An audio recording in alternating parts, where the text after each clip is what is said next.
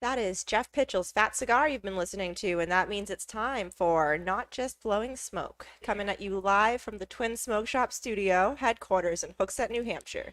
Be sure to subscribe to us on Podbean, iHeartRadio, Spotify, iTunes, Google, or wherever you get your podcasts from. I'm Bree, and I'm here with my co-host, Kendra, the Potion Master. Hey, guys. Tavina the Divine in the producer's chair. Tequila Talia, our liquor rep.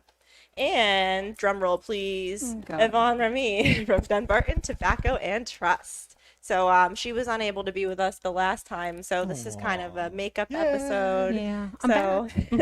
Welcome back. Well, for Excellent. the first time. We're going to be picking her brain a little bit later on some exciting things. But thanks for being here with us tonight, everybody. How's everyone doing? Metallica. Metallica. Yeah, you could. We'll explain later. It's a long story.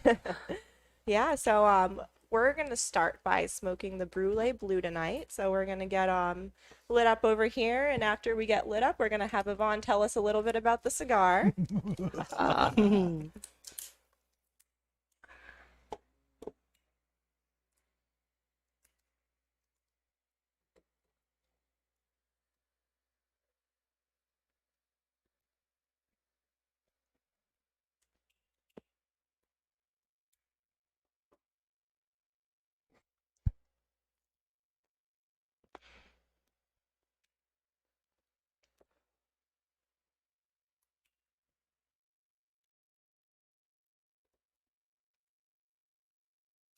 A little pepper on the first light there. Very nice. I think you're gonna like this. I think so too. This is very popular. We cannot keep it in stock. I get yelled at all the time. Where is it? So we're going to get in trouble for promoting this on the podcast pretty much. Pretty much. Oh, well. No, it's well worth it. Okay. Well worth it. So yeah, what can you tell us about this cigar? Well, this is part of the Sobremesa line. This is a milder version of the original Sobremesa. It's got an Ecuadorian Connecticut shade wrapper, a San Andreas Negro, I don't know if I say that right, quite honestly, binder, and then a Nicaraguan filler. Very nice. I think you're going to taste some cedar, some caramel. Yeah, I'm surprised with this one so far. I know we were on the initial light. I definitely wasn't expecting the little nose of pepper that I got initially. And the retrohale, it's pretty peppery too. Yeah. What are your thoughts? So I didn't get the pepper at first. I initially got the caramel and on the first draw of it, but now I am getting a little bit more of Metallica. it's a little bit more Metallica. I think I'm getting a little bit more of that cedar, like an earthiness. I'm not getting a ton of sweetness now, but I'd be willing to bet that as we, pair up with our whiskey, I think we're gonna get some honey and some caramel and some other sweet notes coming through. Awesome. What about you, Talia? Yeah, that was my initial reaction, was just how light and sweet it was, like almost like toffee-ish, like very candy. And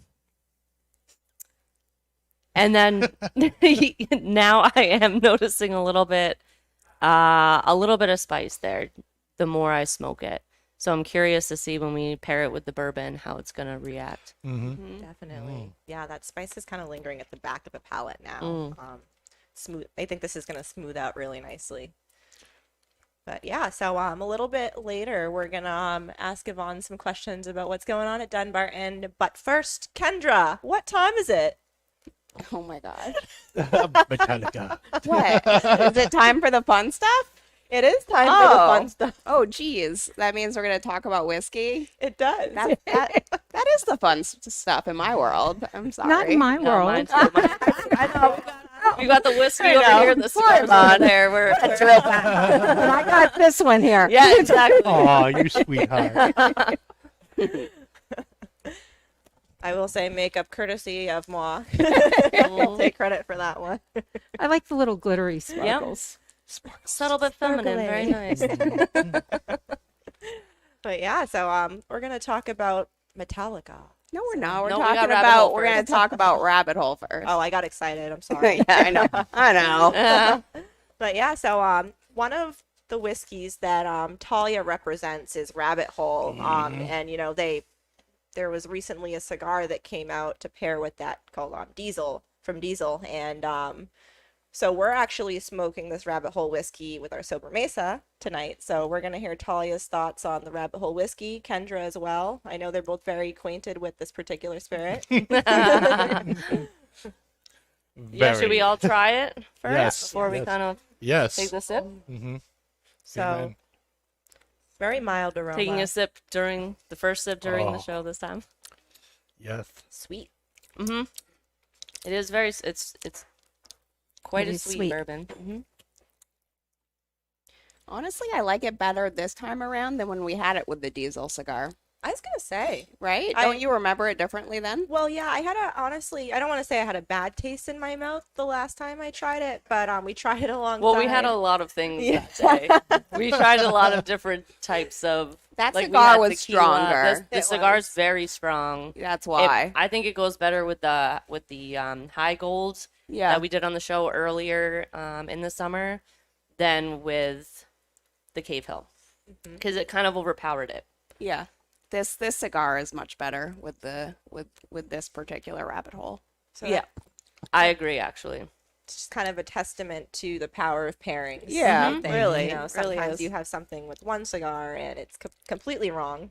Yeah. Because you know, like I said before, and like Kendra said, our takeaway the last time we tried this was, oh, you know, it's nice, it's mild, but it's a little too sweet for our palate. But it's honestly the perfect complement to this cigar. You know, the oiliness is coming like that oil on the back of your throat, like that coats your tongue is coming through more with this cigar as well.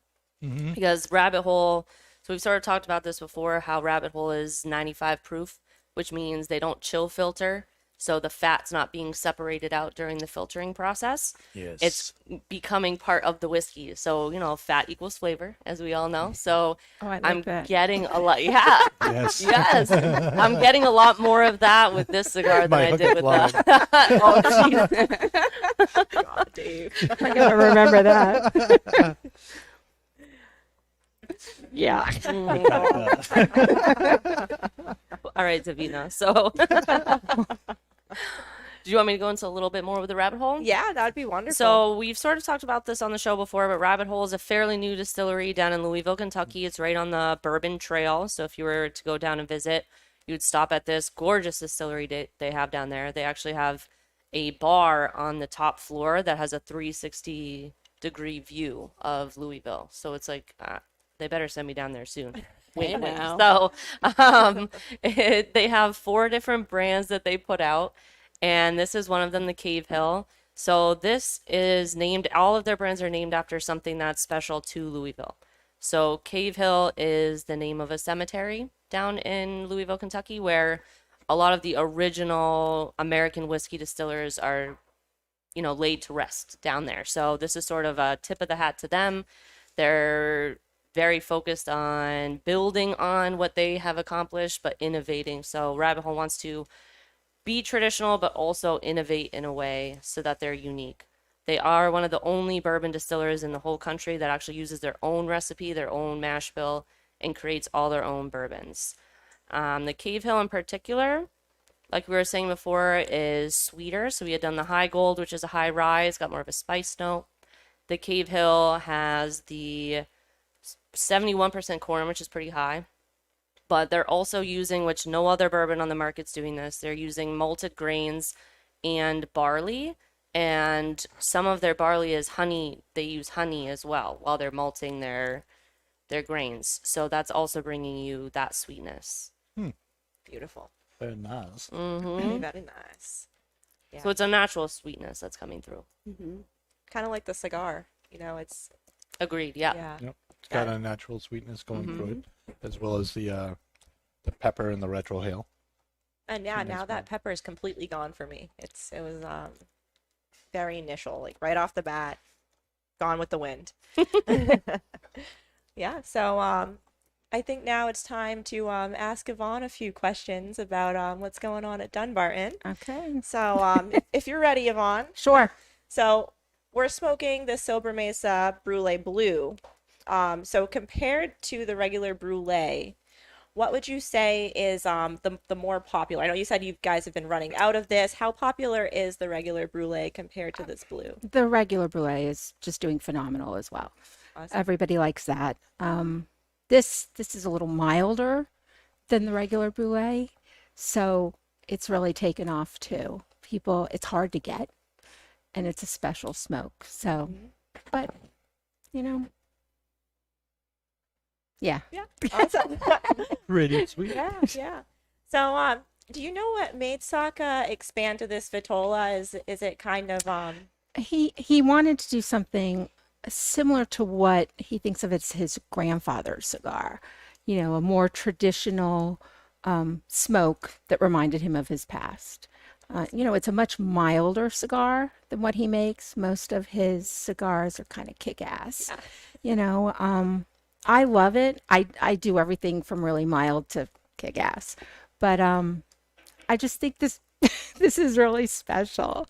So, but you know, he wanted to get that whole, all right, this is going to sound weird, this whole family feeling. Sobremesa means over the table. Oh, wow. So it translates to over the table kind of loosely. So in essence, it's what you're smoking when after dinner and you're all sitting around the table and you're talking and you're sharing stories, kind of like we're doing now, you know.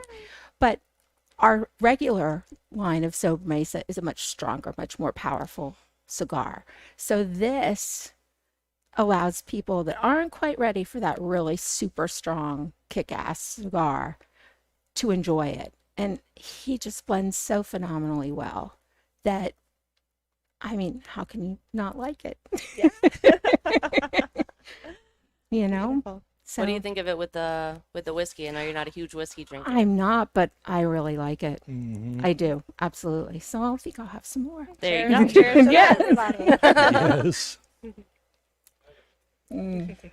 So is this the particular cigar that there's that debate with if it's like infused or if it's like a sugar cap or That is the regular Brulee. Oh, okay. So yeah, he had that whole little sampler thing Yeah. with yeah. STFU. Yeah, STFU. And where everybody tried them all and they figured out what they thought which one might have had the sweet tip. Which was never confirmed precisely, right? No. It was Yeah. confirmed, denied. Yeah, no, it was confirmed. I honestly off the top of my head don't remember which one, but it was. And he says there's no sweet tip. It is all in for the regular Brulee. It all has to do with the fermentation process. Oh, okay. So because it's in the fermentation process, it just brings out that natural sweetness. So that's it. Despite what people think. Screw what people think. Well, So, yeah, so there's already a lot of not controversy, but debate within this line. So, there is. do you know if he plans on expanding this line in particular, or is this probably going to be it? You know, he doesn't tell us much in the office. And I will tell you, do you know how we find most of our things out? Facebook. All of a sudden we'll be working, right? And all of a sudden the phone blows up or Messenger starts blowing up and we all kind of moan like, oh God, what did Steve do now? What did he say? You know, so often we learn things that way. I really don't know. I wouldn't be surprised if he possibly came out with a different size. But I really don't know what his plans are for it. Alright. He's got some other things Things that up he's his sleeve. yes he does. Yeah. Mhm. So, Some pretty cool things. can't wait to see. Yeah. On the topic of sizes, so I've heard around the rumor mill that Steve hasn't been the biggest fan of, say like Lanceros or smaller Vitolas. Right. That's the reason when he did his Lancero, it was Now leave me the hell alone. exactly. So Do you think that I know you kind of mentioned that this blend was a little bit milder to kind of cater to that family feel. Do you feel that that's kind of bringing in like a new audience of smokers as well to the line? Maybe people who are more used to Connecticut wrappers. I think it is. I mean, I know that initially when I first started smoking cigars like 8, 10 years ago, I can't even keep track of it anymore.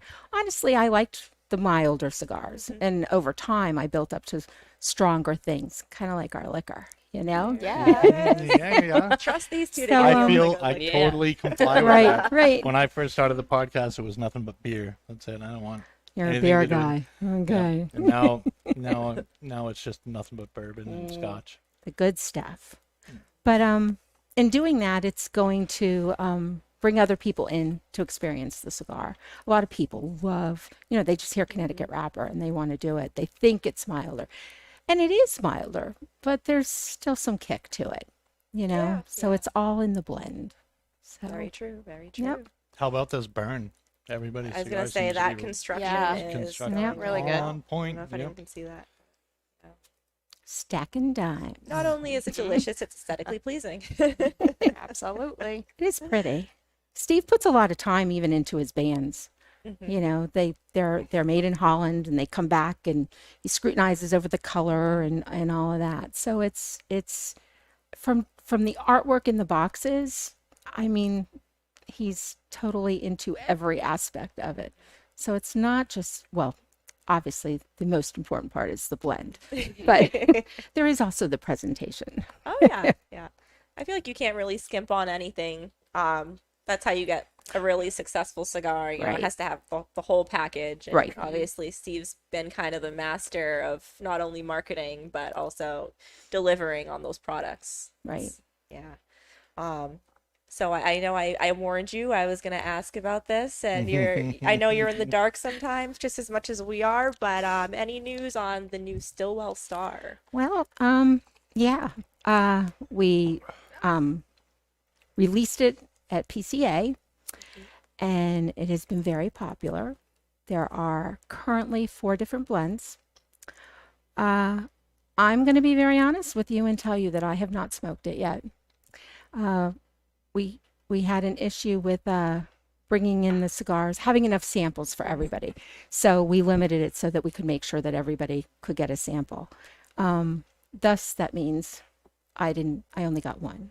Oh no. And although I was encouraged to smoke it at the show, I didn't want to smoke it at the show because it's a blend that has both pipe tobacco and cigar tobacco, and it's that blend, and I want to be able to sit back and relax and really enjoy it and really be able to taste it. Yeah. Not while I'm chatting. Working. And yeah, I like that you said chatting instead of working. Well, Get I you in do- trouble here. I do chat. I feel the same way too. When Kurt came out with his 5 and dime, he gave us all a second one after our show, and I didn't smoke it for another week because I wanted to wait until I had the time to appreciate it, and I ended up just smoking it.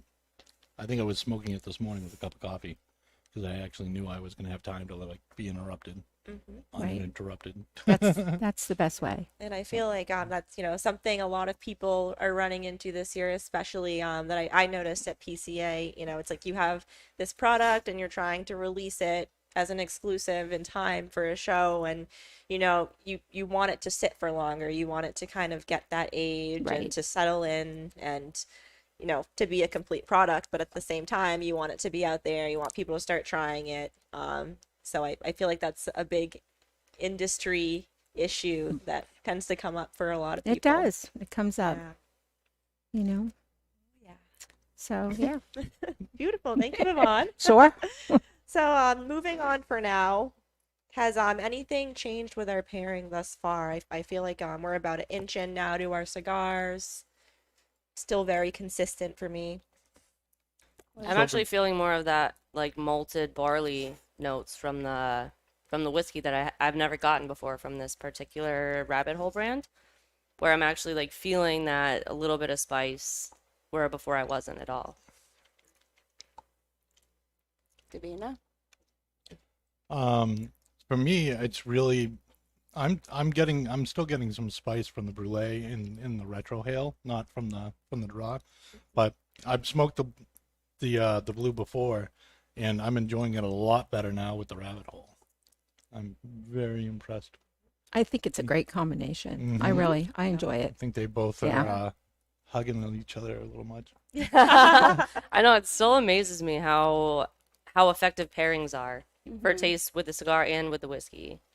Yeah, and I feel like, for what you do for a living, I think it's really great for you to have another aspect of what you do, Right, absolutely. because of all the reps that I've worked with, you're a consistent with, being on the show. You smoke Aw. cigars, you're willing to smoke pipes, Yeah. and you can appreciate how things change. Right, absolutely. And a change for the better in this instance for me. She's there Absolutely. for us. I try. I try. Right. The kind of support we need. Yeah, and I think for me, I can appreciate the balance. Knowing that the last time I had this particular rabbit hole, I wasn't sold on it. I wasn't sure that I would bring it into twins because I was like, man, I don't know. I don't know if our clientele would like it. It's little like to me, I walked Sweet. away thinking it was way too Too sweet. sweet. Yep. Like almost like overboard. But today, it's very enjoyable, super balanced. The back of my palate has that little bit of spice. The caramel notes, it's not overpowering. It's just right. So again, I think paired with the right cigar or pipe tobacco, I think it's a slam dunk for sure. Absolutely. I think another thing that's important to note with pairings, naturally we all, we pay attention to the palate, we pay attention to how it's tasting, how it's going down, how it's making us feel.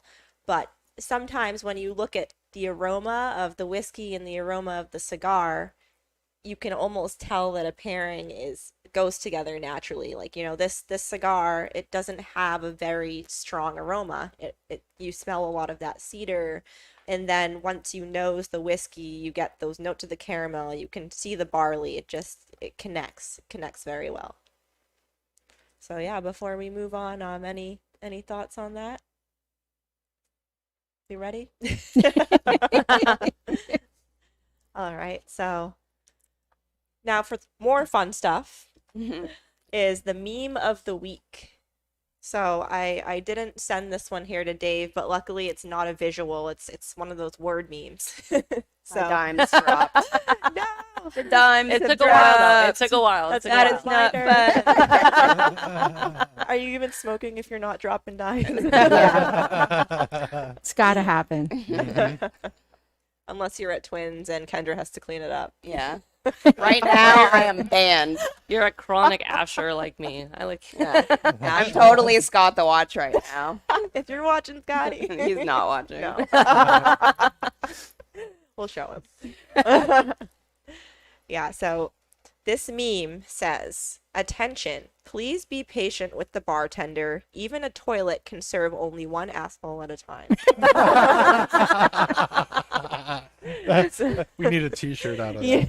That's gotta be a bar shirt. That's beautiful. So I felt this was an opportune meme for what we've kind of been going through at Twins lately. I mean, for some reason, the toilet is always a topic of discussion. The men's Right. bathroom. This and It's probably the People who number can't one. make it to the bathroom. yep. And in addition to that, we just had our big 724 party this last weekend. We have our barbecue coming up. And, everyone's really great for the most part, but there are those times where, you get those customers that are very demanding, very, very pushy, and, you're like, man, I wish they were a little bit more patient. I get it, but yep. It's really sad that people are like that. Yeah, it is. Yeah, it's like what you were saying earlier about working in retail Right. or customer Oh. service. What was that, Exactly. Yvonne? Oh, no, we're not repeating that story. No. Yeah. No. It's just people don't think about it. Yeah. And they don't think about what their server's going through or the retail person. I mean, you guys are busy running around. I saw you the other night. You're running around, attending to everybody, making sure they have a drink. I mean, it's tough stuff. Absolutely. I give you guys a lot of credit. Yeah, For sure. I do. We're in a world of Karens and Chads. Yeah. Well, I saw at my vet's office a chalkboard that said, "The world is short-staffed. Please be kind to those who show up." I was like, that is perfect. I want you to know I just dropped mine too. So, Okay. okay. I So, feel hey. better now. yeah. I pride myself on not doing that, and I totally blew it. I wasn't even paying attention. I just It's saw okay, it. we got it drop. on film. Yeah, hey, everybody see it. I dropped. Sometimes I feel like making it to the ashtray on time is similar to making it to the bathroom on time for some people. It's like- you're like, yes, I did it. Gold star. So speaking of dropping things, you want to talk about your new nickname? Oh yeah. So you guys may have seen in the caption that Dan put together, I went from being Bree or Barbary to Debris. There we go. So- Putting it up right now. There we go. Not only is it a cool little, it rings, rolls off the tongue, but I acquired the name Debris while Kurt and I and Jazz and Jen were at PCA because not just there, but Kendra notices too. Everywhere I go, I always have something I'm dropping. There's always something falling off of me. Just different day, different thing. So You never know what's in Bree's bag. Hot dogs. What? Did I tell What? you? Hot dogs? She keeps her dinner Wow. for later in her bag for like 12 hours. Oh, that hot No big dog's pretty deal. good. Gets better Looking at that later. wiener for later. Oh boy. I tell you, I was thinking about getting a license plate that said hot dog, like HAWT. Hot dog. That's a good car for that too. Please do it. Oh, man. So on that note, we're gonna transition into our cigar bar confessions. Changing the subject. Oh, yeah, this Metallica. is my deepest, darkest secret. No more hot dog talk. I don't know. Hot dog might be a deep secret. It was Not anymore. Kendra Malone. Even the customers know. They're like, we're ordering food. Do you want any hot dogs, Bree? Brad, if you're out there, paging Brad. But yeah, so out for our cigar bar confessions. This is kind of just a open forum to talk about anything good or bad that's happening around the cigar bar, any pet peeves, any things that we wish we would see, any or not see, yes. I guess we'll start with Kendra for this one. On the spot. I mean, I guess if we were to start with me, then I would say, like, to kind of go back to your meme there. I mean, if you're being an a-hole, then yeah, you can wait. I'm not going to serve more than one of you at once. You're probably going to wait longer than anybody else. You're going to be completely honest. Right? Am I right? I mean, Am I right? Am I right? I mean, because there's probably 20 other nice people Yep. that I have a good rapport with that, you know, I'd like to put their drink in front of them first. Absolutely. Mm-hmm. Bree, put it on silent. I thought I did. Debris. You thought wrong. Strikes again. Here she goes. Yeah, no, I don't know. Give me a topic about cigar bar confessions. Because now you just have that meme stuck in my head. Yeah, so I mean, I throw think, something at me, I girl. think that meme was kind of to trigger that, you know, because I've noticed, you know, there's this running joke that Lisa can attest to where we go, I used to be nice. Right. Right. And I guess it's customer service overall, but I think you have a gift where when you're dealing with alcohol, especially, you know, it's not always, you do have that sweet spot where, you know, they could be becoming an a-hole because of the alcohol. So that kind of lets you put the brakes on it, you know? Yeah. And I think there's a little bit more power when you're behind a bar in terms of dealing with different personalities and trying to protect yourself. I guess for me, you know, I always think in the back of my mind, liability, so you're watching people's like intake of alcohol, like their behavior and where they started in where they when they sat down, where did they start and where are they at right now. So they could have been a jerk from the beginning and maybe that's just their personality, or it's gone like downhill because of being intoxicated. So I guess that's something that it's uncomfortable at times, but it's something that you always have to believe that, it can be a liability, and there's a lot of people that can leave a bar and, and they slip through the cracks and something bad could happen. So, you never want to be, responsible. There's a lot of people that can hide it too. Well, yeah, absolutely. I mean, it's amazing how many people I've run across that really pack it away, and I'm amazed, like, look how good they function, I couldn't, which is, I couldn't, Wow, in all honesty. So Which is why I'm always doing my ginger ale thing. I know, Yeah. boring, but hey. It's responsible. But so with that being said, I guess it's a gift if someone can show it all over their face and in their attitude that they can't handle it anymore and they need to just slow it down, have a water, and be on their way. Yeah. And I guess that kind of transitions into another question I was going to ask you, just kind of about how we as a cigar bar contribute to the experience of smoking a cigar. Obviously your experience going to a restaurant is going to be different from going to a dive bar, from going to a club, from going to a cigar bar. So what is your take on how our particular bar industry contributes to an experience for, say someone who's new to smoking cigars even? Yeah, I feel like, and I haven't been to a lot of different cigar lounges, but I think that Kurt really does a good job with setting the bar high for the experience and what he expects. And even though we can't deliver it every single day, we really try to keep in the back of the mind that this is the way that Twins wants to operate. We want everybody to have a clean environment. So we want their ashtray to be clean. We want, their table to be free of trash and, wet like drink rings and, keep it clean because we're a high-end establishment. And as they're down to towards the end of their cigar, like, do they have another to light up, and can we recommend, is there a promotion that we're running, that we want to turn into that salesperson and make sure that we seem, like knowledgeable and that we care about their experience. Yeah, definitely. I have noticed the staff at Twins just for other bars, not necessarily cigar bars, but just other bars in general, is almost more professional in a way. Like, you guys seem to know more of what you're talking about. You know more of how to relate to customers, how to steer them in the right direction than someone who's just kind of mindlessly going about their task. So we love going to Twins.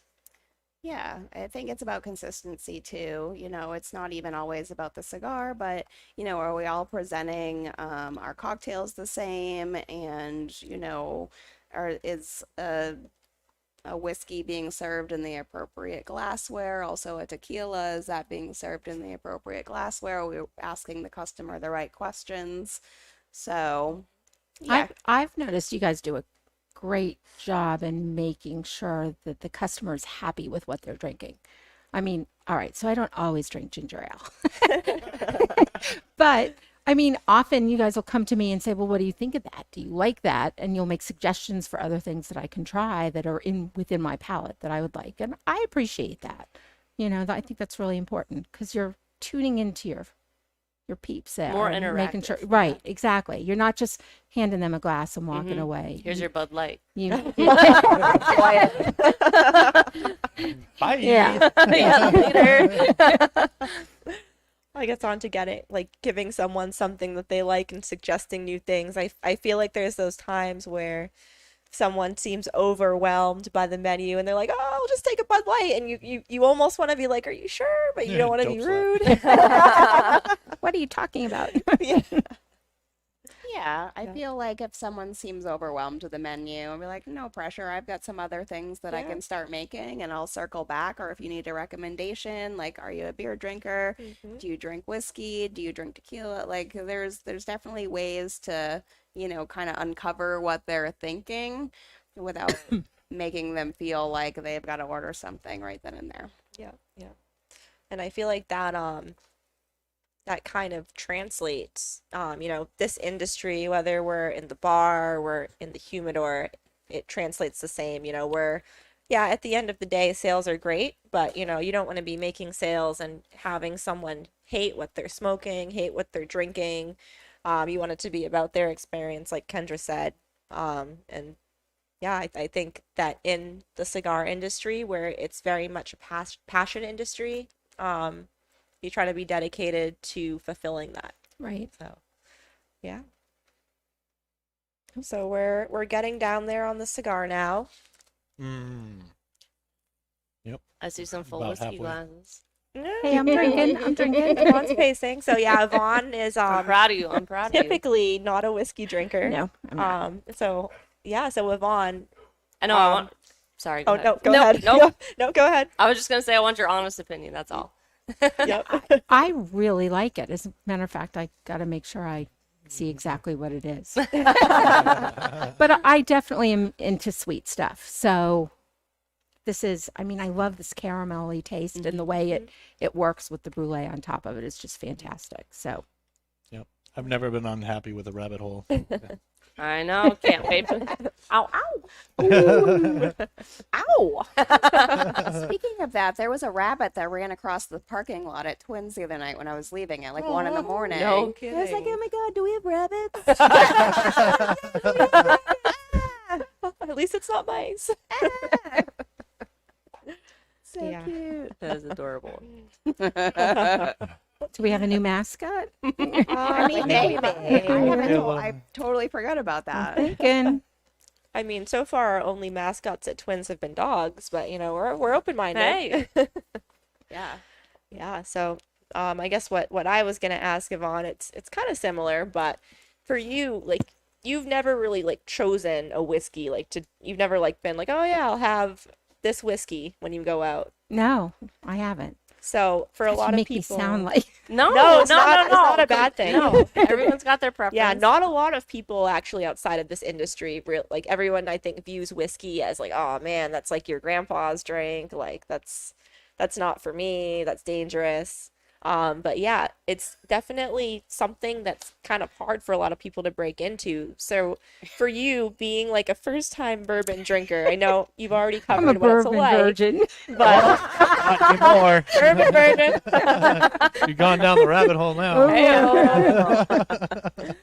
What would you say is based on this experience, your criteria going forward for what you might want to try next? God, that's too technical. I've had some of this bourbon. Yeah. Well, for me, I like the sweet, and I like to let it run all over my mouth. That sounds really terrible. No, But you have to taste it completely. You know what? I think I'm going to just stop. no, you're good. Keep going. Keep going. But there's, but all you guys have pointed out how with the cigar, with the drink combined with it, it brings out different tones and different flavors that you wouldn't normally taste. You know what? I normally take the drink and I'm like, oh yeah, it's good. But I'm like sitting here like, okay, I can really taste this, which, and I'm not one that really can detect flavors, and distinct things. It's just not my thing. I know what I like. I like it. I don't like it, But honestly, this is fantastic. And as I'm drinking it, I'm liking it more and more.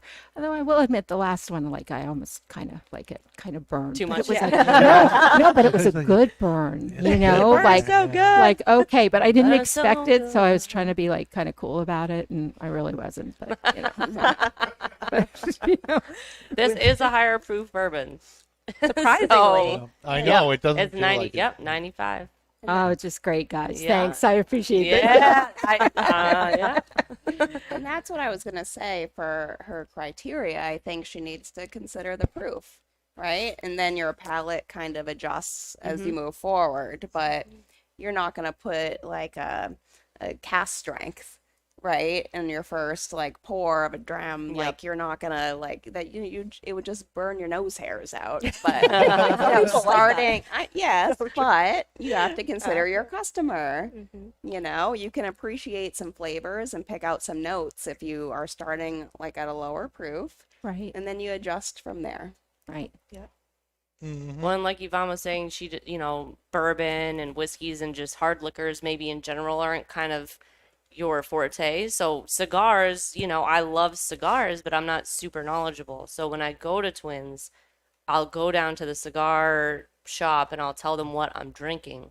And then I ask for recommendation of what cigar would pair with it. So it's kind of like you would do the opposite Right. almost. Right. Yes. Absolutely. Yeah. It's a situational industry. There's some things that just come with the territory. You might like one thing, and then it's like, oh, well, people who like this one thing also occasionally enjoy this. And, it goes together for a reason. Right. Yeah. So, very good. Very nice. So, next we're going to ask a would you rather question. Oh, which one? Uh-oh. Uh-oh. So, would you rather be a public speaker or a shark diver? Ooh, shark diver. That is Totally a shark diver. Totally a shark diver. You can go first. Yeah. Okay. I'll go first. No, you know what? Even when I really know what I'm talking about, I get nervous. You just want to present yourself nicely. So, and you're like, oh gosh, am I going to like mess this up? Put me in with the sharks anytime. But I am a Florida girl. So I've, I'll go in the sharks Florida. anytime. Florida woman! Yeah. My family did sailboat charters. So, Wow. yeah. That's I was out on the water a lot. You've lived an exciting life. Yeah. I feel like you always no. present some fact that I'm like, really? No. You used to do that? No. Yeah. Yeah. Yeah. You should have seen me at 16. Tell us more. Oh, No. come on. No, There it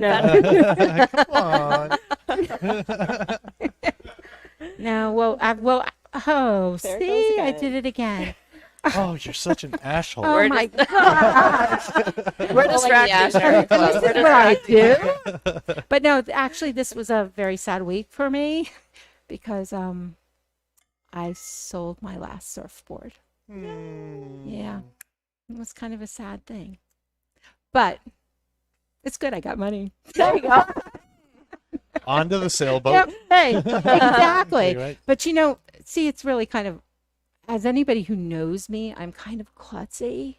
And even though my family did sailboat charters, I always had the safety line attached to me. Always. It didn't matter if I was 16 or 35. Notice I said 35. I always had it. My kids didn't even have the safety line on them, but I did. Yeah. I routinely, okay, see, maybe I've had too much to drink. I can't talk. But I consistently, you can count on me to fall off the boat. So it's just wild. No, seriously. But it's usually because I'm doing stuff and I'm not really paying attention. And that's the difference with surfing. When you're surfing, you're totally fixed on the wave. Yep. There's just so much more. Totally, man. Totally. But yeah, those were good times. See, exciting life. Like, She's a surfer. It was, yeah, surfer Yeah. girl yeah. Well, was a surfer girl. at heart. Yep. I'll Yeah. always love the beach. Mm-hmm. So yeah, who is next? Davina? I don't even remember the question now. Sharks. So would you rather be a public speaker or a shark diver? Oh, shark diver. Definitely. Public speaking Yeah. terrifies me. And yet here we are. And yet here we are. Well, he Well, only it's not really talks when we public. ask him. There's one little itty bitty camera right there, and there's not like hundreds of people. I don't know how my brother does it, but I just know it's nope. I'd rather be with the sharks. What about you, Potion Master? So it is so funny that this is the question because these are very specific like situations for me. So I hands down would be the shark diver, and let me tell you why. Because my previous career, I was Public speaker. no, but yes. So I worked for Express Clothing for just about 10 years, and I was in a program that anyway, it required me to do a lot of traveling, and I had to go to these big meetings. And that Store Express, I mean, how many freaking stores are there? There's a lot of stores. So we would have this leadership meeting, and so many freaking people. And because I was in like a focus store, they would pick us at random to public speak and facilitate in these meetings. And when I would get the letter saying that you're chosen to speak at leadership, You did cartwheels, right? I would throw up. I would be like, oh my God, oh my God, oh my God. So yes, I absolutely hate public speaking, especially in front of huge like rooms with microphones and whatnot. But on the shark side of it, so I've always been obsessed with sharks, my mother and I both. But I have always told my husband that my bucket list, one of the things is to cage dive with great white sharks, to the point where I've looked up trips where one particular one was you could get on a boat in San Diego and sail out to Guadalupe Island. Guadalupe. And you can cage dive with great whites for 2 days, and very pricey.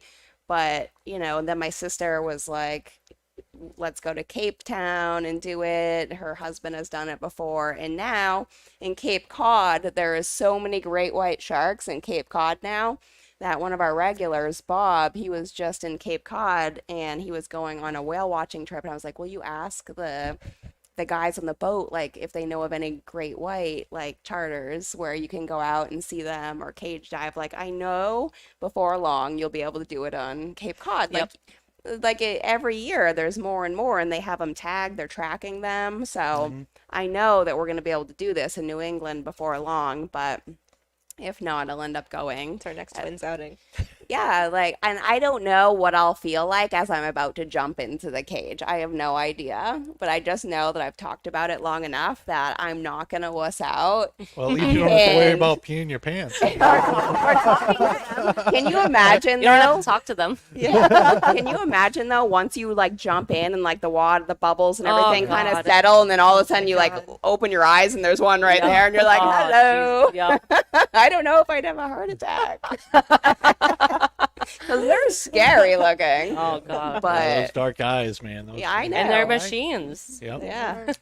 But Force of nature. Yes, exactly. I'm definitely into it, though. I have to do it at some point. Yup. All right. What about you, Talia? Yeah, so I'm gonna say shark diving. It's not because I'm afraid of public speaking, because I think we all know I like being the center of attention. So I'm not super Welcome scared to the about. Talia Yes, show. I'm not super scared about public speaking. That's right. But I am obsessed with the ocean, and I just love marine life. And I think if I had more discipline, I would have been a marine biologist. But I just. There's so much work and Liquor, disappointments. I mean, the booze. This is more fun, You went opposite of discipline. I did. I did. That was my thing. Indulgence. There we go. Indulgence is more my style. But like Kendra said, I would be 100% scared out of my wits, but I would do it. It would be so much fun, and it's something to tell people that you've done, So yeah, even I just went to York last weekend, and the water was gorgeous. So I'm floating and I'm swimming, and I end up being a little too far out, and I saw the kind of, the lifeguards waving me, and I look around, nobody's around me. I was like, oh, whoops.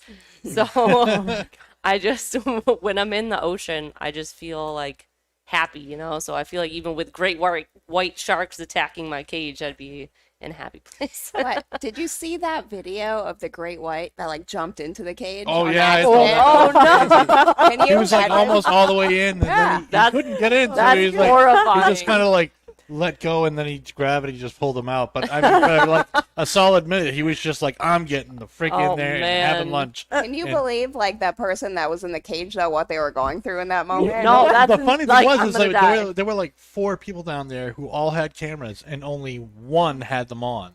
Because they were scared. And the first question after, I remember the first question, they were like, did anybody get it? And everybody's like, nope, lens cap was on, mine was off, and then one guy had it on. And they were like, "Yay!" They were all excited. Oh, horrifying. Yeah. But that was like literally the first question that when- was asked after the shark left, and I'm like, "Wow." I would have been like, "Yeah, I'm okay. Okay. It's all I right." think you would me die up from now, a heart please. attack before Yep. the thing bit you anyway, but Yep. Just the fear. yeah. Did you see the guy? Like, he was remarkably calm while it was going on too. It was crazy. Well, a damn good thing he was. Maybe it wasn't his first rodeo. Yeah, right? It was. I was like, why he Man. wanted? Yeah, it was. I was like, wow, because that's like the biggest thing. Like, if you can't panic if you're in front of sharks. They can. FYI, if I you're think gonna they do can this. totally sense it. Yeah. Mhm. You know. Yeah, it's Well, like it's any like a other dog, animal, you know? Yep. You like start running and freaking out from a Right. dog. Pheromones. Right. Right. Oh, she's scared. Let's get this one. I'm gonna eat you. Weak, I'm gonna get you. weak prey. Yeah, I think I'm gonna have to answer with the same. So I'm gonna preface this with a story, Big just like surprise. Kendra. As a kid, I was a Shark Week nerd. I was obsessed. I'd be like, "Mom, did you know that sharks actually don't even like human meat? They only attack humans because they think they're seals. Like, if one comes near you, you just punch it in the nose and it goes away."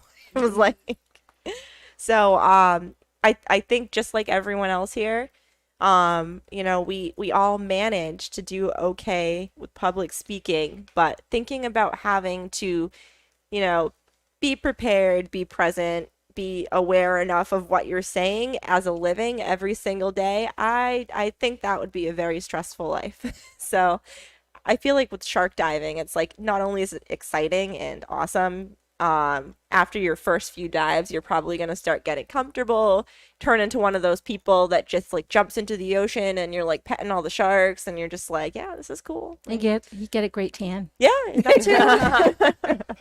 It's probably more of an exciting adrenaline rush, whereas public speaking is like, oh my God, anxiety, I'm dying. Right.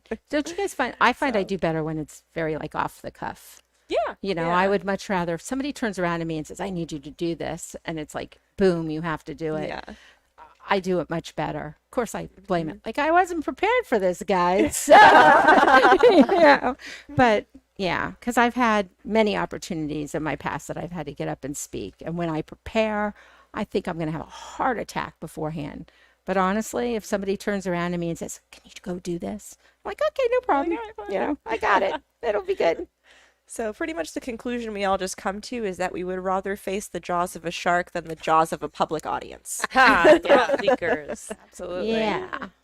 All right. So before we transition into our next segment here with the pipe tobacco, what are our final thoughts on this pairing?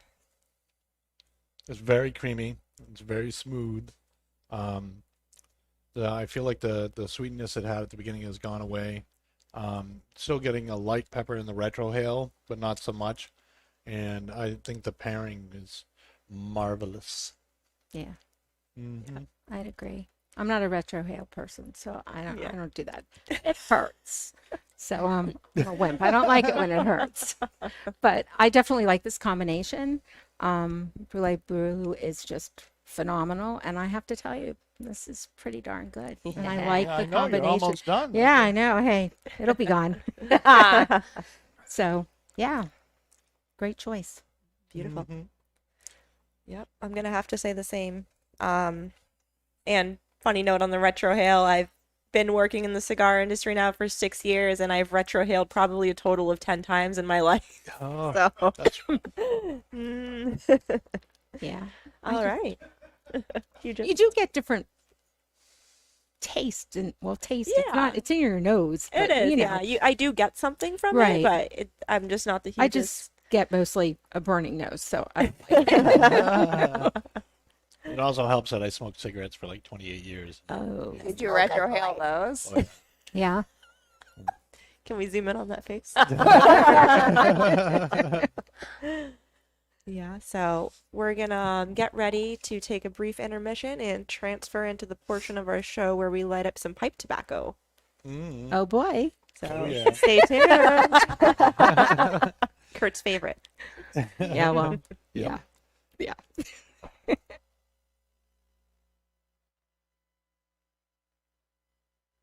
So how did Tobacconist University start? Where did the idea come from to start doing something to train other people's staff in the art Okay. of tobacconist stuff? So I opened in September of '95. By January, I knew I was a complete idiot, even though I'd read everything I could. January '96, I went to Cuba just to really try and, because, it doesn't matter how much you hang out in shops and if you've read everything there is to read on cigars. At the time, you literally could read everything there is to read. And I did. And it wasn't enough. So I went to Cuba. I got lucky. I ran into the director general of Cuba Tobacco at the Partagas bar. We became great friends drinking there. And he gave me access to farms and all sorts of old books and documents and really cool stuff. And when I got back, I turned it into like a fundamental educational course for my tobacconist, because I always wanted, I didn't want to compete on price or volume in my business. I wanted to be a luxury, a boutique, a product specialist. I wanted to be the best professional we could be. And so it made sense that if I'm having a hard time being that person, I need to create a system to help others. And I started on that in '96. And I believe by November of that year, we started teaching a course at a local hotel where the general manager was a customer of mine. We had like 30 or 40 or more customers come in, and we taught it over the course of a month. It was called Cuban Cigar University. Then I had opened a store by November of that year in New Hope, Pennsylvania. And a year or two later, I opened another one back in at Marietta, Georgia, Atlanta, where my uncle and aunt ran it. So I was training them. I was certifying consumers. And it used to be a giant binder. It still is. I mean, that's the old version. I have it. That I would give to employees. And then I developed a test. And then around '03, I saw the way the industry was going. So many challenges, retail side, legislation, taxation, that I wanted to, I call it turning it inside out. Instead of just making it for our shops, I wanted to make it for every shop. And I spent from '03 to like '05, '06, because you think it's simple. Oh, I'll just make it for everybody and I'll put it online.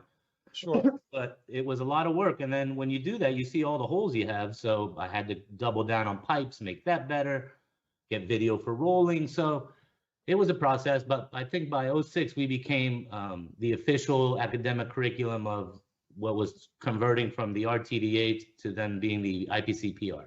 Right. And, we've just been growing since. I remember we didn't have any. My employees were the only certified tobacconists at the time. And slowly but surely, I think today we're up over 667 or something certified retail tobacconists, with, many more than that apprenticing. So it's been quite the ride.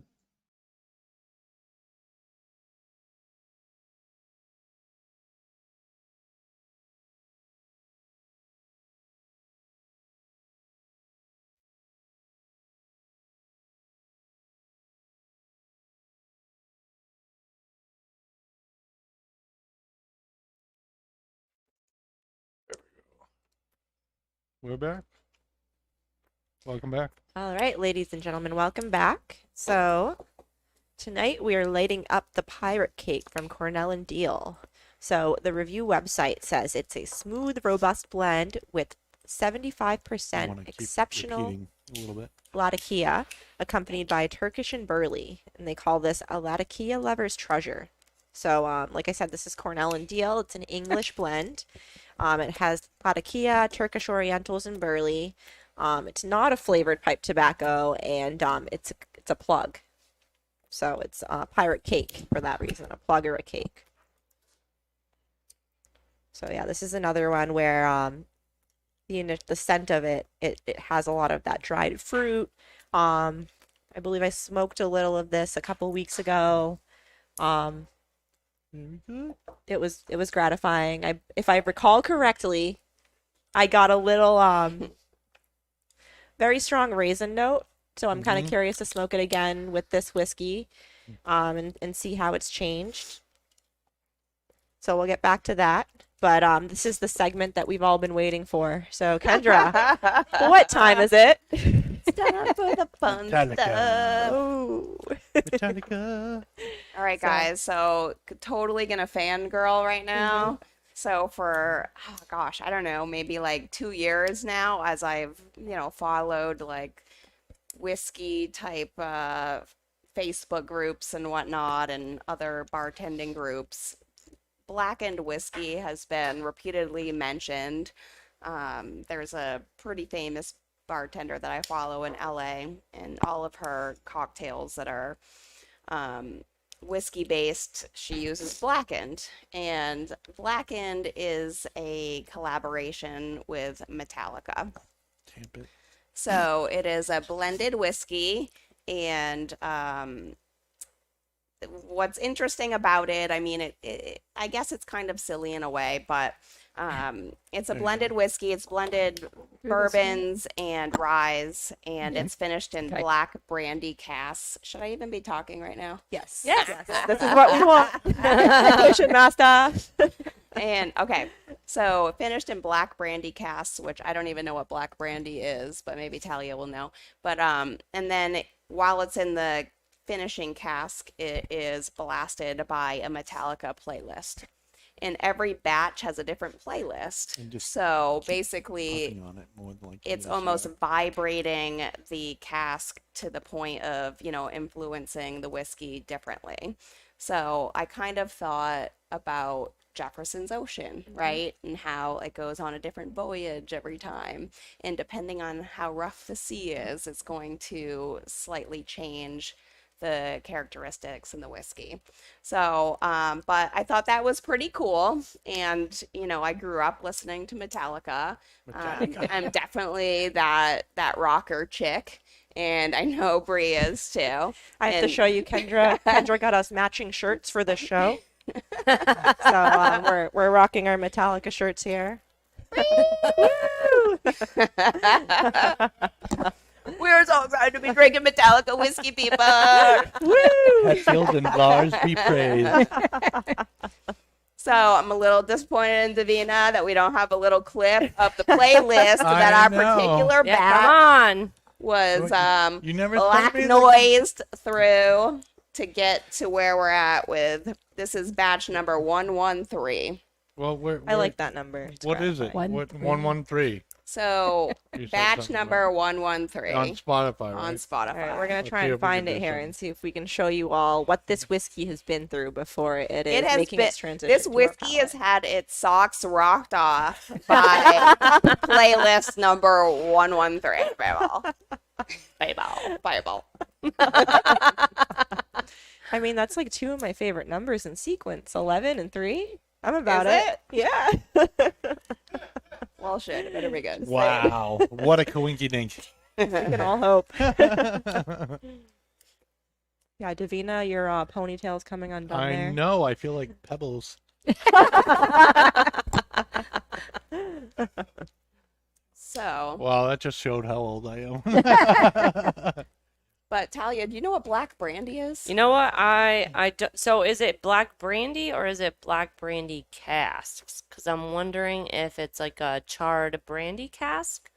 Because I've never actually heard of a black brandy. Okay. So I'm curious if that's a thing. In a black brandy cask. Okay, so I'm wondering black brandy casks, if maybe they take the brandy wood and they do what kind of like we talked about with the Jameson Black Barrel, and they char it more. Mhm. Because brandy isn't, they don't use like the charred casks Okay.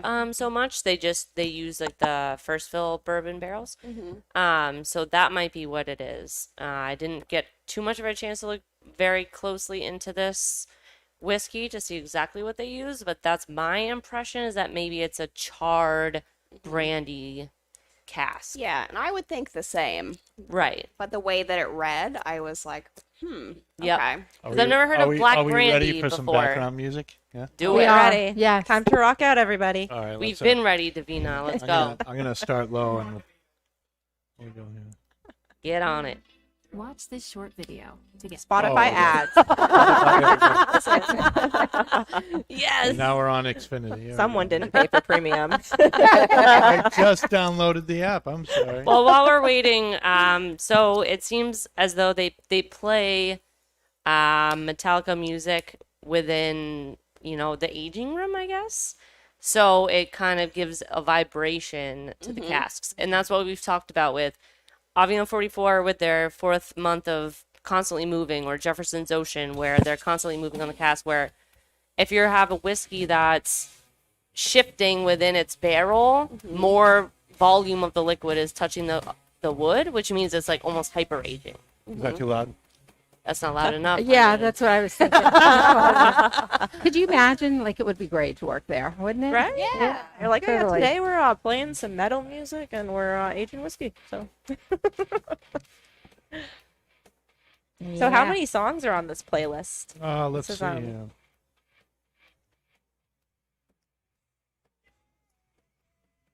Which is a really interesting concept because I've never heard of that done before. Yeah, well, So like you this said, is it's something, like similar with the ocean. Right. Like I believe from what I read, they were saying something about they use low frequency vibration specifically, so it almost makes you think. I know the ocean's very slow, steady, so if music is low Right. frequency, it's probably kind of similar. So when it's shifting that liquid within the barrel, more of the volume of the liquid is touching the wood. So it ages it faster. It allows more of that wood to become prevalent, like the flavors within the whiskey. So it's very interesting. I haven't heard of it until you guys kind of told me about it. So I'm wondering if other bands might jump on this train, kind of they like just might. celebrities were jumping on the tequila train. Yeah. Like Slipknot. That'd And be then awesome. the cognac train. You They know, got a yeah. lot of bass. Yeah. Yeah, no, it's kind of interesting, with the spirit industry, trying to differentiate what's hype and what actually has science behind it. Yeah. I think even with Ocean, like even selling it at the bar, people are like, oh, well, what's special about this? And you're like, well, they put it on a ship and it was at sea for this many years. And some people are like, wow, that's really cool. And others are like, that's marketing. And it's But really not. No. And it's really Yeah, not, there's truth to because there is environmental factors. And I've kind of tried to tell people this before, as far as wood goes, where you smell the wood that they've like they've built these casks out of, and you say, smell "Oh, it? that wood smells like whiskey." No, the whiskey tastes like the wood.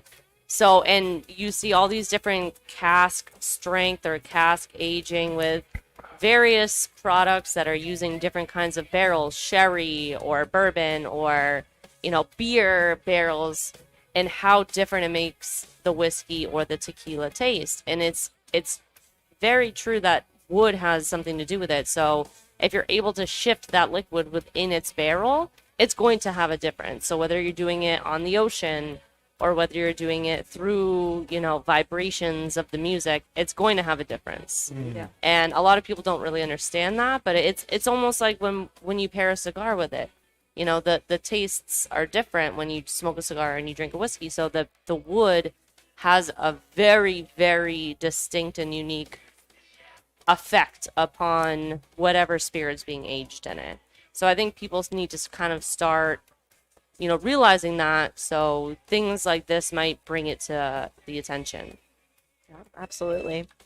I don't know. Music's always been, as like most of you know, a huge part of my life. Even like playing bass in a death metal band for a little bit. Yeah, there you go. So it really is interesting to think about the process that's gone into each of these barrels, and the fact that you play one song and it's the water is only going to jump up this high. Same with the whiskey. You play another song, it's going to be like blasting to the top, and just like seeing how differently that process is affected. Wretched tongues would have made the whiskey be like, bam. Different Yeah, that niche double of bass death would have metal, been beautiful. Yep. And that's why they have the different batches, because they were probably playing different songs. Yeah. Oh, Just I like love this song. the Jefferson Oceans has the different voyages because they were in different locations. So they have different environmental, the air coming in, different rough seas. Like maybe there was a storm that hit. Yep. So Oh, yeah. environmental factors play a huge part in flavor on whiskey. So it's not to be like taken lightly, the musical aspect of this whiskey, I think. right there. Yeah, it's a cool story. It is very. We're all story. about cool stories at Twins. Everything needs to have a Cool really cool story, backstory. bro. Tell it again. Yeah, so before we get to talking about how we're feeling about this pipe tobacco, and before we get to giving our initial thoughts on the whiskey, I wanted to ask you guys another would you rather question. Whoa, two back to would you rather back. questions? Back What to is back. going on? This is crazy. All right.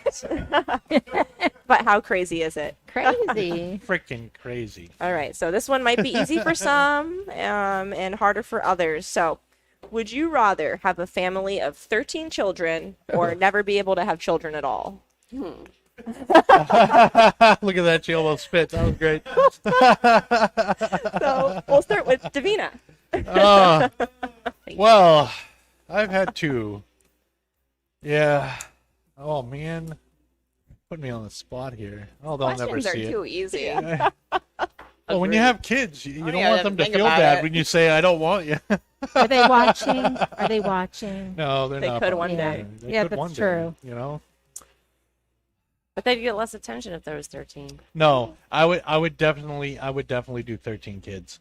There's nothing. Yeah, because you're not having There's them. nothing. Yeah. No, there's nothing like children, man.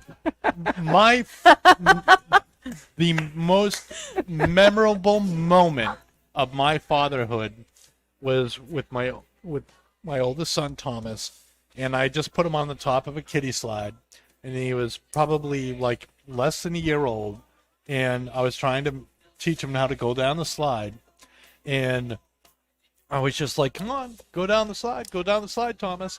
And like, he was having nothing of it. And then I kept doing it. And then at like one moment, he like looked at me with like this big smile and just put up his arms and went down the slide. And at that moment, I realized he cared nothing about trust or anything. It was just pure love. It was pure, he just wanted to be happy, and he let go.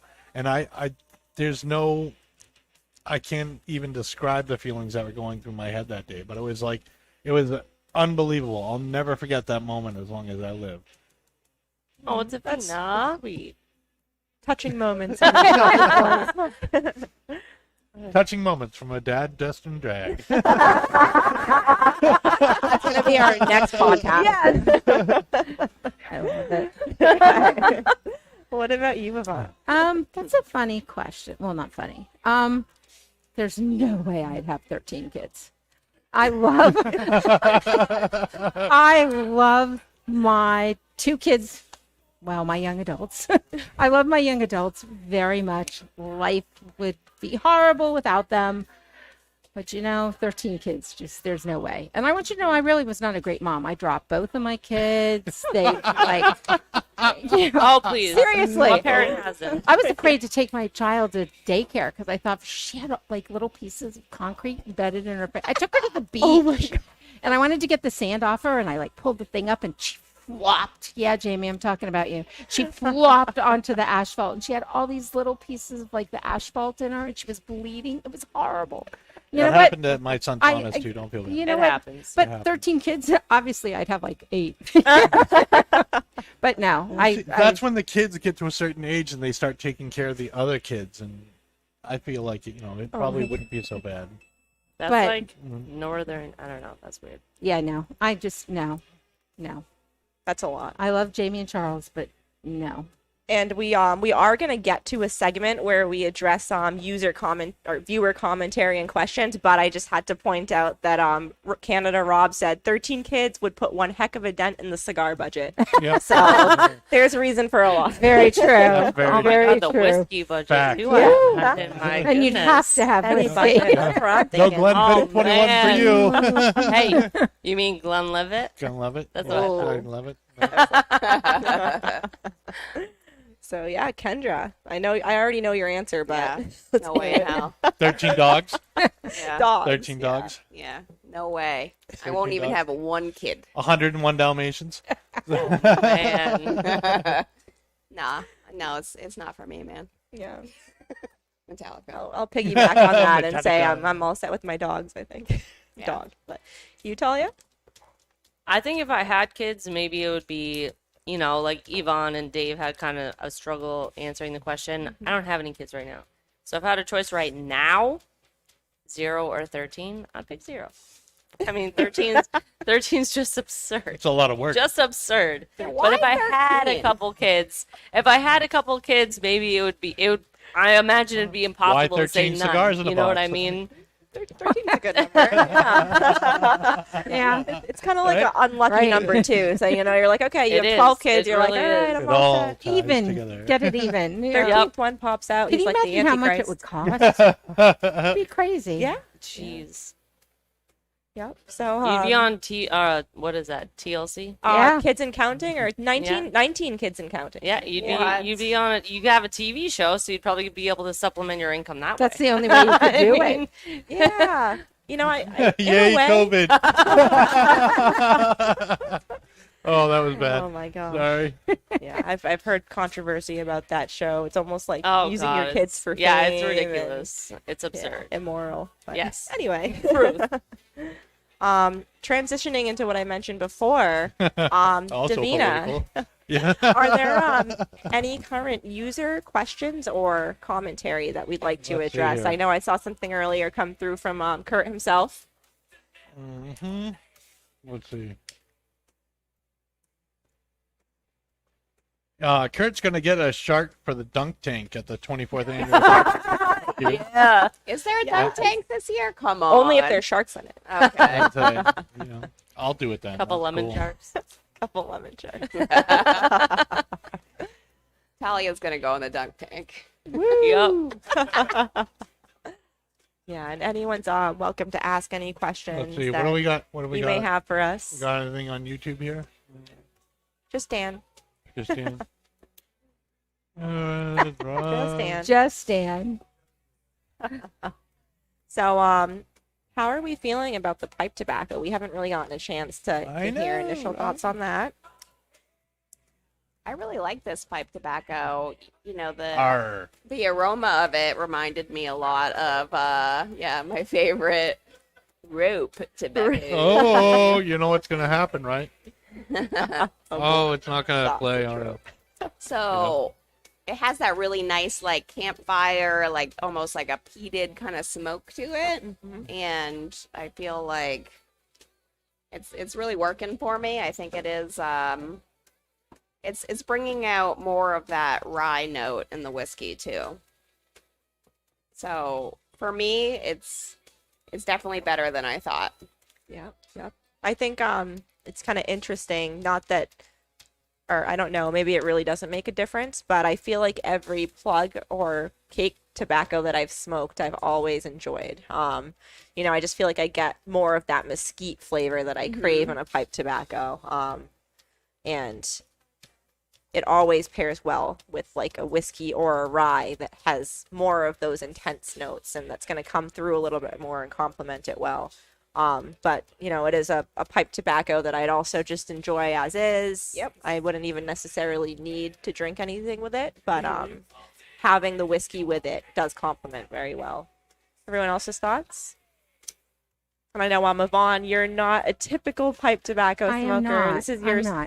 second or third time. Yeah. But I'm enjoying it. I like the aroma. I like the tingle to my tongue. Tingle to my tongue. Tingle. No, it's good. There's a tinkle on my tongue. Yeah. I definitely I taste like notes of raisin. Somebody said raisin before, Yeah. but I definitely do some raisin. That dried fruit's coming through. Yep. Yep, that dark fruit, Yeah. dried raisins. I I feel like Little this would be earth. really good on the boat. Yeah. Yeah, I mean, definitely. pirate cake. You know, is fire. exactly. Arr. Exactly. It's definitely got that. I don't know. Yeah, and Yep. even going back to the whole marketing side of it, when Dan first came to us and was like, "Oh, how do you guys feel about smoking some pirate cake?" We were like, "Yeah, that sounds good." We should have had an eye patch and, Yeah, that probably would have sold it better. Yeah. Does anybody else think it's weird that we're smoking pipes with Metallica whiskey? Yup. Well, even with the whiskey, it's interesting because you look at it, you're like, it's Metallica whiskey, it's a Black and Barrel, and it's really smooth. I was expecting it to be kind of harsh. I'm not gonna lie. I was Well, it's expecting 90 it to, proof. yeah, I was expecting it to kind of have more of a kick to it, and it's very pleasant. Like I would even possibly recommend this to someone wanna who tamp- isn't you an wanna extremely keep the ash seasoned whiskey drinker. So yeah, I think it's got some kick to it. little kick. Yeah. I'm like, somebody maybe, never mind. Can we have more, please? No, go ahead. David It's drunk. good. It's very good. Mm-hmm. I think I'd enjoy it in cast strength. Yeah, yeah. I'm just a hard ass biatch. Gonna say maybe. she's harder than she looks, ladies and gentlemen. Just like this. Why do I look innocent? I doubt it. No. Not particularly. Only in the pictures I take of you. Can I just say that the song that's playing now is the one that birthed my metal love? Is this one? Yes. I like one. I Yeah. love this song. I do love this song. I know. I started like tuning you all out so I could listen. What'd you say? What? I think I'm gonna go ahead and say that most pipe tobaccos that incorporate the Latakia are a friend of mine. Actually, truthfully, like nothing friend of mine. against the whiskey, but I They truthfully sleep under my enjoyed the. pillows. What was Nothing against the whiskey, but I did truthfully enjoy the pipe tobacco more before I started drinking the whiskey. I don't know if anyone else got yeah. that. I but actually didn't take a did- sip till a second ago. Yeah, I did enjoy the pipe tobacco a lot. Yeah, it kind of took the sweetness away a little Yeah, bit. like Yeah. I Right? really enjoyed the pipe tobacco, and then I kind of started drinking the whiskey, and it was the first time ever on this show where I was like, "Oh, I don't know if this," you know. So I did enjoy the pipe tobacco a lot, Yeah. but a lot. I did. Now I'm almost like you. it's like too harsh now, almost with the whiskey pairing, which is odd. Yeah. Usually they like go together fairly well. I feel like pairings are kind of like people. Sometimes they complement Yeah, each other and very sometimes- well. sometimes- Sometimes they're better off alone. Yep. Sometimes maybe it doesn't. Rapaluna. Yeah, Dave's coming out with his own whiskey barrel. He's just gonna sing to all of them, Yep. and they're gonna- Oh gosh, that be would be affected horrible. They would differently. be dead. No, I won't do that. yeah. So Other bands played it. I only have one "Am I just blowing smoke?" question today. Oh, So many So- questions. Just a couple. So you can am handle it. It's good. I just blowing smoke? You have a chance to win $24K by purchasing a $240 bag of about 24 cigars that allows you to attend a super fun party. I've already lost you. Kendra, You had me am I at just blowing smoke? 24K. That is. Wait, that is true. That's a real thing. Yes. That is a real thing. Yeah, so this is transitioning into what's going on at Twin. So we were having our annual blues barbecue this year. Unfortunately, we Smoke weren't and Blues able. barbecue. Yes, smoke and blues barbecue. Smoke and Blues barbecue. Weren't able to have it last year because of everything going COVID. on with the pandemic. So we've made some changes this year. We're trying to make this a really big one. Drippy. Excuse me, peanut gallery. Sorry. Sorry. But yeah, so it's going to be happening Saturday, September 18th, and tickets are $240. You get 24 or so cigars. There's really good barbecue, live music, a few other little perks that we're going to surprise you with there. Chris Lester And brand. Yep. are you ready? It's also Kendra's birthday. No freaking She's way. working it. So don't be the. So if you love Kendra and you're not there, then you don't really love Kendra. You That's saved right. your birthday. Yeah. Get the tickets. Support Kendra's. Yes. 13 children. 13 dogs. Oh yeah. Bob will be there. Yes. Yeah, Bob bought a table. Yeah. Yes, and not that it's falling in the shadow of that, but we have some things going on before then too. We have our Not Just Blowing Smoke anniversary Yeah, party show. baby. That's gonna be We're turning 2. I'll let you talk about that, Davina. So 2. we're turning 2, and we're gonna have a party here where we film it at Hookset. And yours truly will be cooking on the barbecue for all you people who show up. Oh boy. And we're going to be having some mean meats, let me tell you. There's going to be some sick stuff on the grill. You're not going to want to miss it. Are you a good cook? Me. Oh boy. Yes, I am. And Hot dogs. then, What about not hot just, dogs? Not just that. All the hot for the people who are interested, we're going to open up for the first time ever the lounge of our podcast. Yeah, thinking a little Sorry. floppy. My little pebbles. I'm getting a little distracted. And so you will be able to watch the show as it happens and comment and hopefully heckle us. It's going to be a great time. You can't miss it. It's going to be great. Yes, I can't wait. I'll be there. Yeah. I'll be there. Yep. Pairings. Yep. Pairings by Tequila, Talia. That's right. That's right. Bree will be there. Maybe. No, I'm kidding. Maybe Kendra. Undecided. Kendra. Kendra. Come on. You gotta support your girls now. I'll go with Kendra goes. But yes, it's going to be a fun-filled night. There's a whole bunch of stuff where we're actually working out all the details right now. We're going to have some media soon. Yep. Yep. So, but yes, we'll be starting a list. So please sign up. Thank you. A list. Yep. We need a head count. It doesn't cost anything to come, but we need a head count so we can have enough food. Yes. Yep. So on that note, we're going to begin to wrap things up here. Just to recap, we had our Sobremesa Brulee Blue paired with our Rabbit Hole Whiskey and decided that was a very enjoyable pairing. Highly recommended. Absolutely. Can I take the bottle?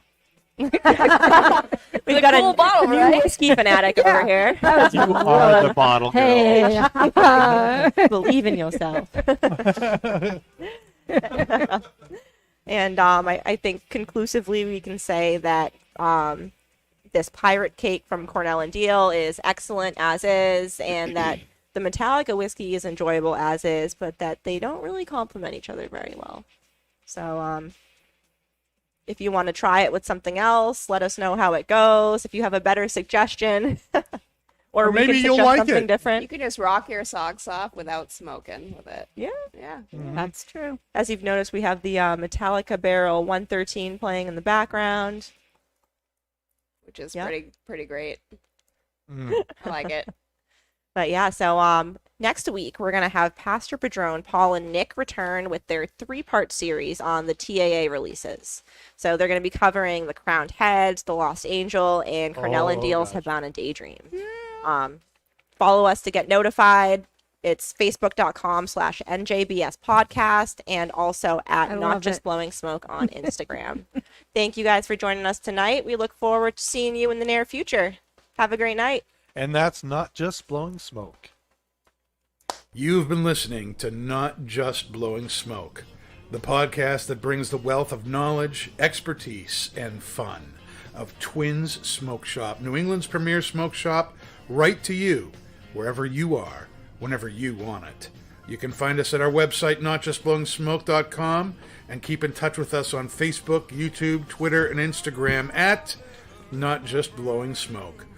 Thanks for listening, everybody. And that is Not Just Blowing Smoke. Rolling with the top down.